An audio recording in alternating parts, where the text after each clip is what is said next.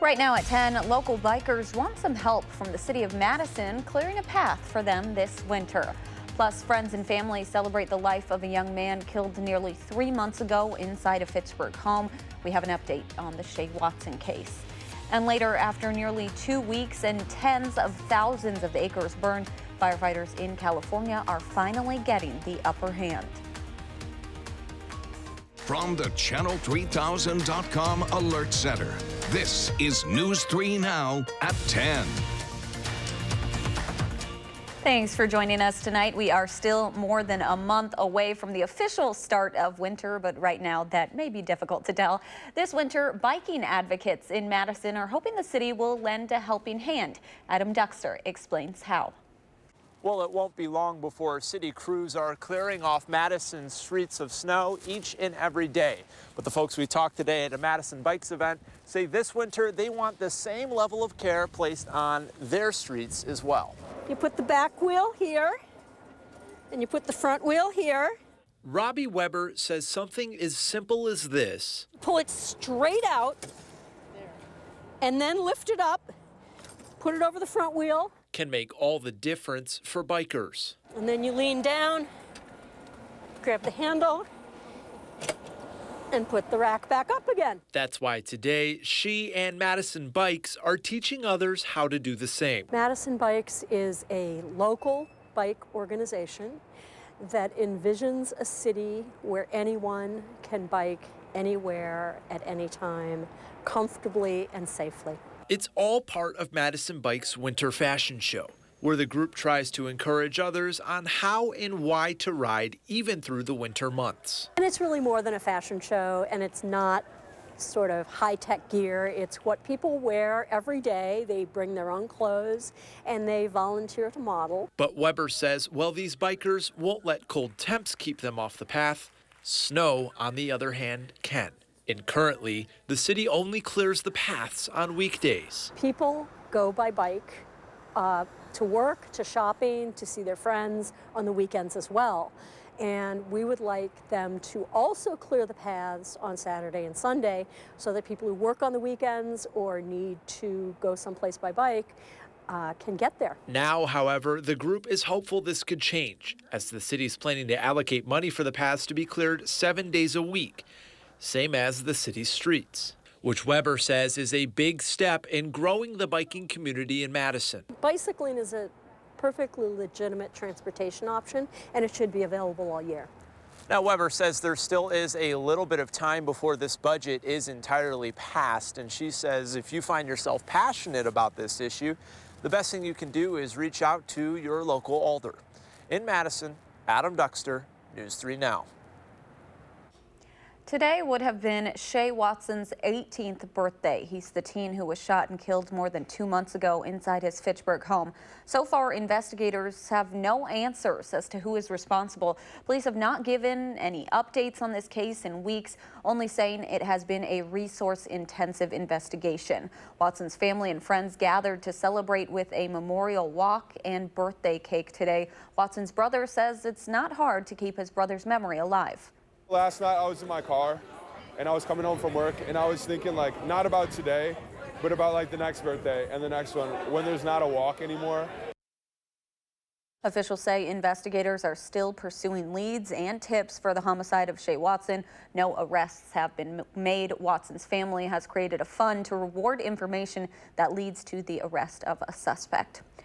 Milwaukee police are searching for a man suspected in an acid attack that sent a 42-year-old man to the hospital. A city alderman says it's being investigated as a hate crime. The suspect is a white man. The victim has not been identified. Police say the incident began around 8:30 last night with a verbal altercation. The dispute escalated and the unknown suspect allegedly threw acid from an aluminum canister at the victim, leaving him with second-degree burns on his face. The westbound lanes of the Beltline are back open tonight. There were significant backups this evening, down to one lane after a rollover crash near Todd Drive. Everything reopened a little after 8 o'clock, about 2 hours after that initial call. No word right now if there were any injuries. A Mineral Point woman was arrested for drunk driving twice in less than 24 hours. 35-year-old Amanda Varney was first stopped around 11:30 Thursday night after almost crashing on Highway 18. And then last night, an Iowa County deputy stopped her for erratic driving near Dodgeville, leading to her second arrest. As the temperatures drop, Middleton police are issuing another reminder never to leave your keys in a running car. It comes after a 14-year-old boy is accused of stealing a car from the Pick and Save parking lot on Century Avenue last night. Officers found the car abandoned on a nearby street and eventually found the boy, who's now booked in the Juvenile Reception Center. Let's turn it over to Dana Fulton now with your first alert forecast. Dana, we get an extra hour of sleep tonight. We do, and it's going to be a good sleep night. Thankfully, nothing falling from the sky, so you don't have to worry about cleaning off the car early. And right now, it's nice and cool outside. Doppler track's been pretty quiet for most of the afternoon, though we did see some light flurries up towards Green Bay. Temperatures over the next few hours are going to fall through the 30s, and then we spring right back up for tomorrow. Tomorrow won't be quite as cold, though, of course, still quite soggy outside. The ground's still wet if you're trying to do any outdoor plans. And then looking ahead through the rest of the work week, we are expecting a little unsettled pattern to kind of kick off and stay with us. We'll take a closer look at your 10-day in just a few minutes. Amanda? Thank you, Dana. Tonight, firefighters are finally gaining ground on massive wildfires burning in California. More than half a dozen fires have burned more than 90,000 acres across the state in just the last 10 days. More than 115 structures have been damaged or destroyed.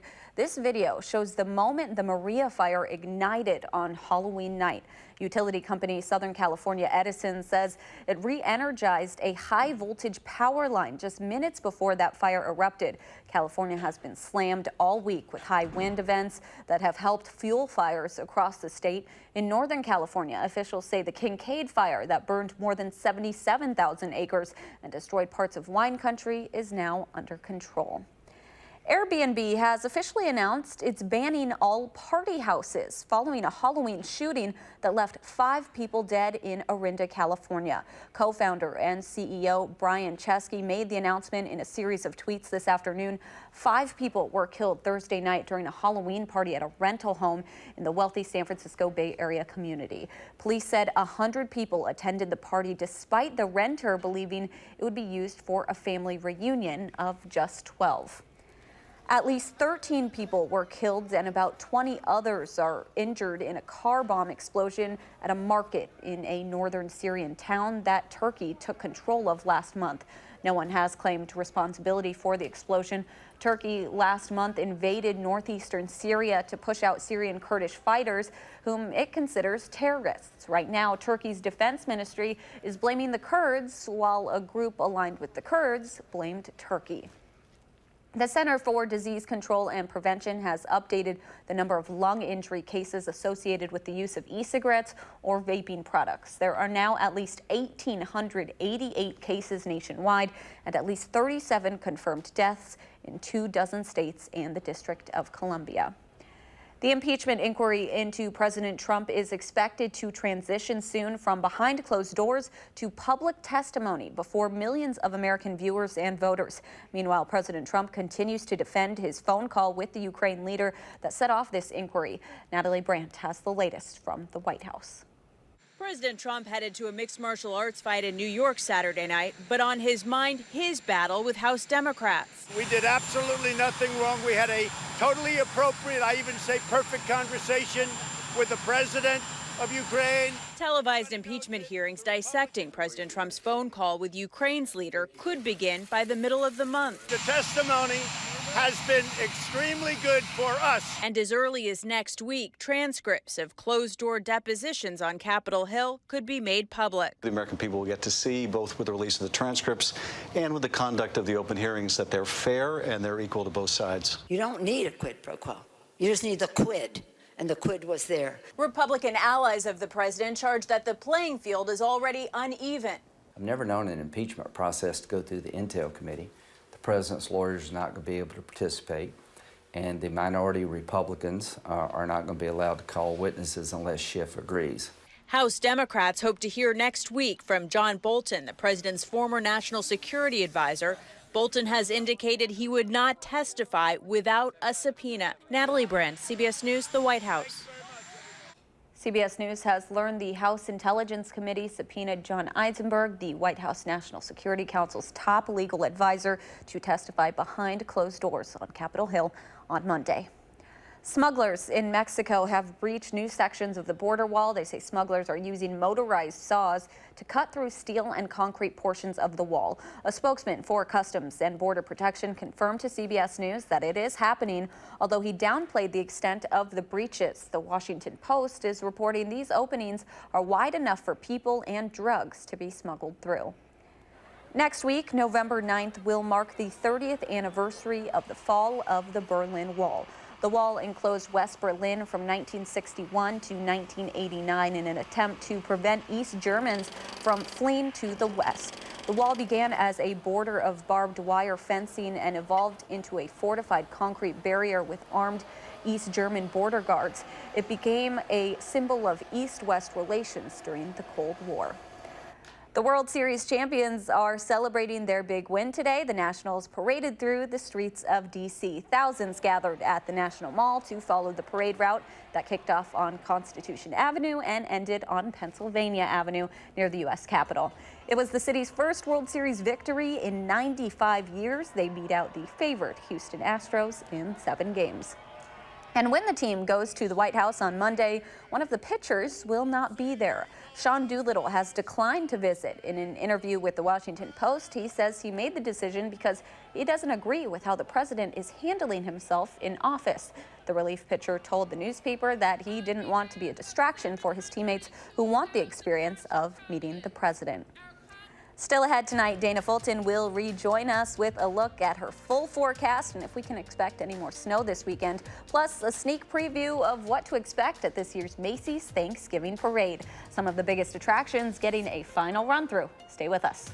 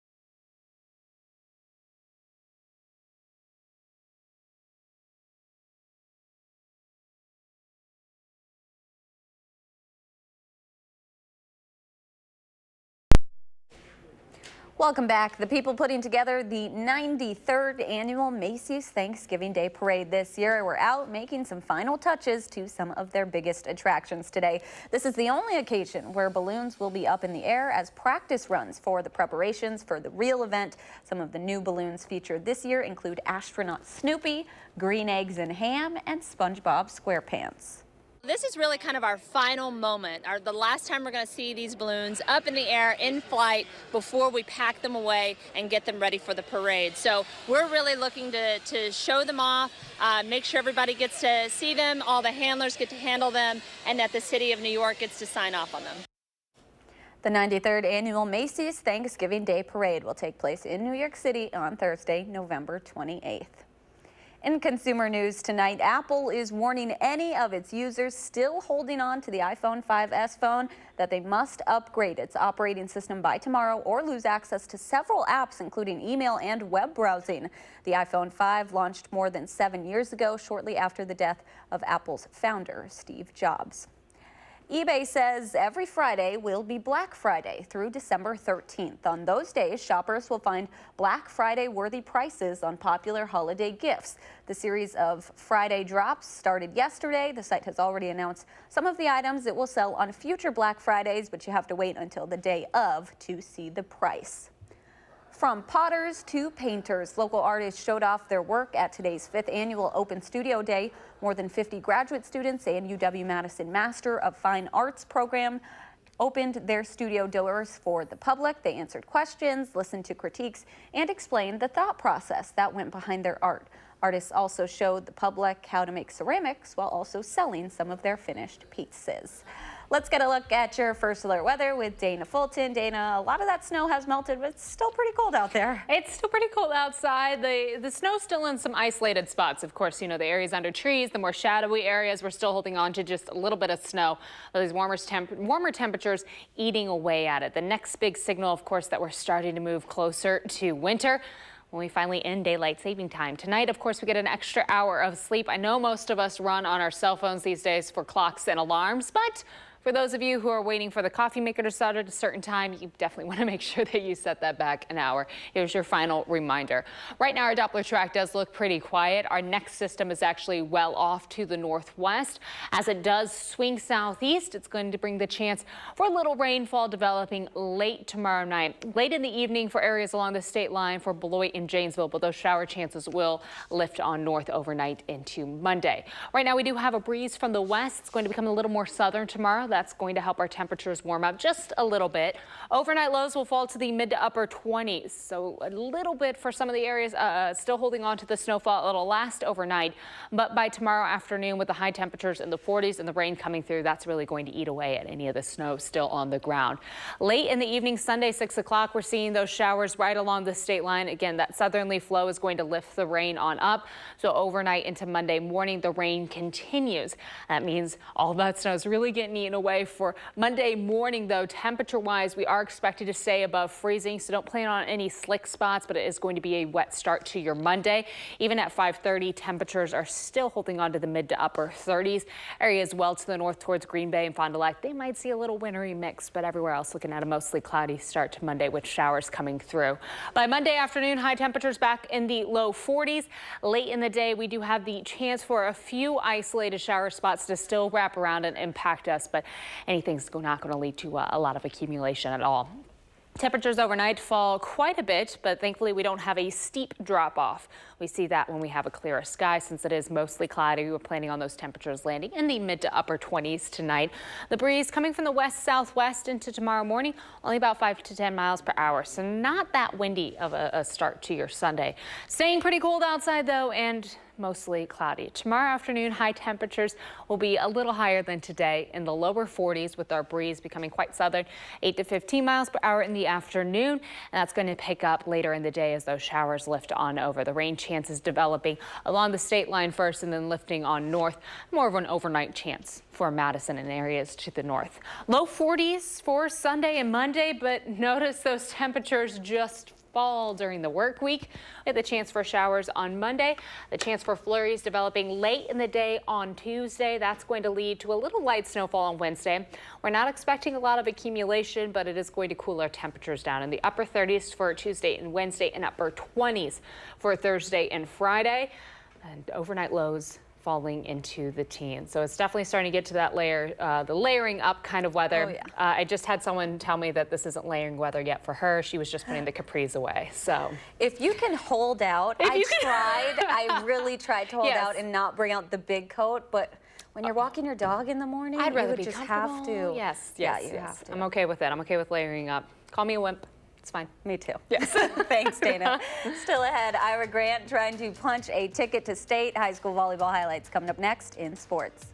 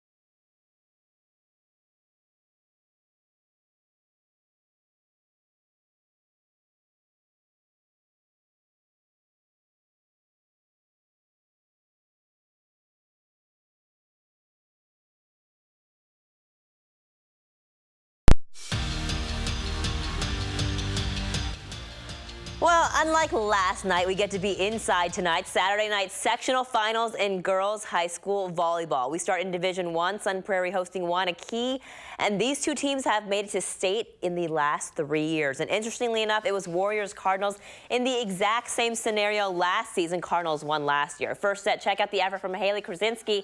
Sam Miller sets it up for Mila Malik. Then later, Josie Hableeb is setting it up for Maggie Allman. Nice shot there. And then later for set point, check this out. Block by Hableeb. She and Kirsten Anderson timing that one out perfectly. Sun Prairie taking the first set. Cardinals taking the whole thing in 5 for back-to-back trips to state.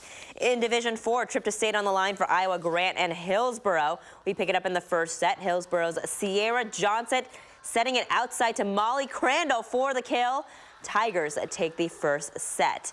To the second, now overpass by Iowa Grant, giving Hillsboro a chance, but Hazel Klosterman there for the block. But the Tigers take the second set. To the third, now Klosterman sets it up outside to Olivia Litticoat, slams it down the line for the point. Panthers taking the third, but Hillsboro too much for Iowa Grant. They take the fourth. They're heading to the Resch Center next week. The UW Whitewater football team has got some street cred when playing at home. Warhawks haven't lost a home game since December 3rd, 2016, and that was in the NCAA Division III playoffs. Whitewater this season hasn't lost a game, but a big test today against a 2-loss lacrosse team. We'll pick it up in the second half. UW Lacrosse's Evan Lewandowski battling the elements, but throws it to the corner of the end zone, finds Cole Spiker for 6. Eagles up 10. Then Whitewater's Alex Pete with the carry, makes a couple of guys miss here and there, and then he's off to the races inside the 10. That leads to this, a short touchdown run by Pete and the Warhawks within 3. Fast forward to the fourth quarter now. Whitewater's Zach Oles dropping back to pass, throwing the absolute most perfect ball to Tyler Holt for the score. Warhawks in the lead now. Later on, a lot of back and forth in this one. The Lewandowski-Spiker connection working it yet again for the second time today for Lacrosse. Eagles take the lead on that touchdown. Then next possession for the Warhawks. Oles dropping back to pass, finding a wide open Ryan Wisniewski down the middle for the big gain. He gets taken down there, a couple extra yards. Same drive, Jared Ware with the carry up the middle, fighting his way to the goal for 6. After all that, a lot of back and forth. And this was, like we said, Whitewater defeats Lacrosse 21-17. They remain undefeated on the season. The top-ranked women's hockey team cruising through their season so far, but when it comes to rivalry games, especially this border battle, don't worry about records or rankings because they don't matter, even though the Gophers are right behind the Badgers at number 2 in the country. First period, Badgers striking first. Daryl Watts lighting the lamp for her 10th goal of the season. Nice little corner shot there.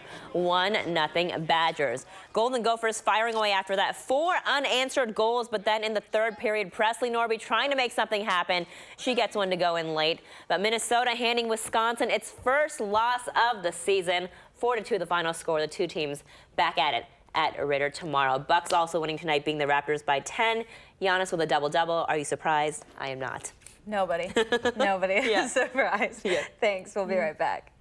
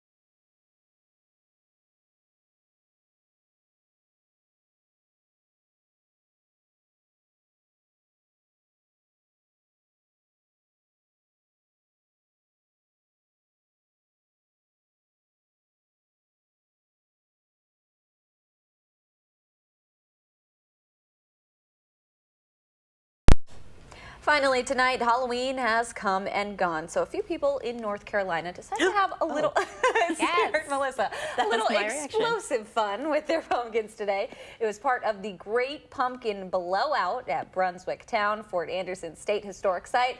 Visitors were allowed to bring their own pumpkins and blow them up, as you can see, with Civil War era torpedoes.